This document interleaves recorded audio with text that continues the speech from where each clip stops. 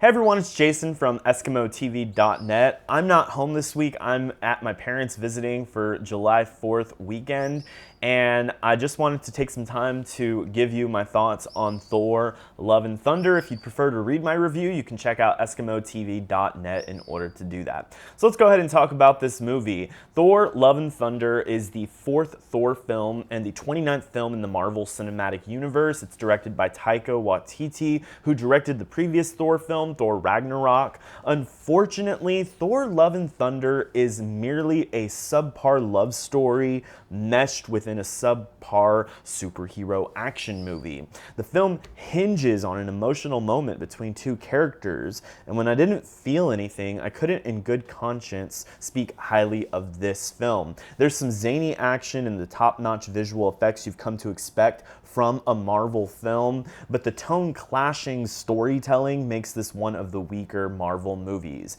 It's after the events of Avengers Endgame. Thor, played by Chris Hemsworth, attempts to live in peace with the Guardians of the Galaxy.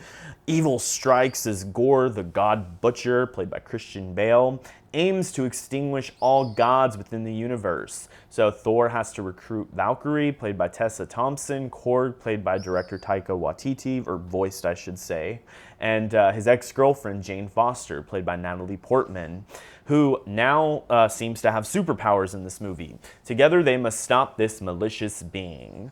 Although it may be beneficial if you see the first Thor film so you can understand the relationship between Thor and Jane, it is not mandatory, as the film does a fair enough job at letting us know what these characters have been through together. However, I did find it odd seeing Jane Foster after both Dark World and Ragnarok did not shed much light on how Thor and Jane's relationship ended, and I just felt that the real reason why they broke up was because Natalie Portman wasn't available to do the second or third Thor film. But now that she is in this movie, the reasoning that they give as to why their relationship didn't work out just didn't seem to ring true to me. It was also weird seeing her character transform from someone who at the beginning of this film it's revealed that she has health issues, and she quickly transforms to the superwoman type hero the film is calling the mighty Thor. The way she gets these powers felt contrived, and her awkward relationship with Thor just didn't ring true for me. There is some attempt to build upon the previous film relationship that Thor and Jane had, and if you admire that relationship and can buy into what they seek to do with these characters in this movie, there may be some fun to be had. While I did not hate the film, it simply felt like a standard MCU film that was not carefully constructed in comparison to even some recent entries. Love and Thunder does not stand out when compared to recent MCU films, such as the stylistically impressive Shang-Chi, which highlighted Chinese culture in a unique and impressive way. The film does have good visuals, but nothing that sets it apart regarding its style, unless you just consider 80s rock tunes a neat retro style. But it just seemed bland and uninspired. It also lacks the character development I admired that Chloe Zhao did with Eternals, which I know that film was not loved by critics and it was pretty split with audiences. However, I know Eternal had its own set of problems with too many characters, but at least that film, I thought, excelled at fleshing out and developing unique characters. Several characters within Love and Thunder aren't very memorable, particularly the villain, who is given an introductory scene.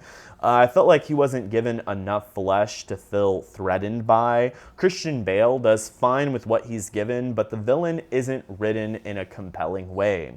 Although his motivations aren't absent from the film, it seems like screenwriters simply gave him his opening scene to check off the box that they gave the villain some flesh, but ultimately he felt like a forgettable, non-threatening stock villain. The tone tries to do what it did with Ragnarok by incorporating humor, but it negates many of the moments that try to communicate dread, thrills, or emotion. There's a side quest where our characters have to go see Zeus, played by Russell Crowe, to seek help, and it just seemed like an unimportant, shoved-in part of the story, really set up for a future film. And you'll see why if you stay around for the end credit scenes, which there are a couple of end credit scenes as you'd come to expect from these movies. But if the movie was supposed to highlight this love story between Thor and Jane, it has me wondering why they didn't give more screen time to that instead of this meandering quest. The film also wastes time opening with a proverbial fight scene that many Marvel films opt to open with as a action attention getter, but none of this opening serves as the ultimate plot, but merely to show a cool fight that segues into Thor leaving the Guardians, which made me wonder what was the whole point of Thor ever embarking on an adventure with them. From wasting time on a senseless opening battle scene, having our heroes seek help from Zeus, having Jane and Thor's delayed relationship awkwardly reunited, and having comical / serious tone together that did not mesh well, Thor Love and Thunder is an average, unimpressive, and forgettable Marvel Cinematic Universe film.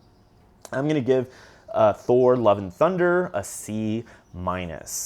If you're the type of person that really loves Marvel movies, there is some fun to be had. This was just not my cup of tea. I've felt like I've seen more recent Marvel films that were just executed a little bit more sleekly, but there is some attempt at some humor. There's some good fight scenes, and so if you like these kind of movies, I would still say go check it out. But for me, if you're like me and these movies aren't always your favorite, this is definitely one of the ones that is lower on the totem pole.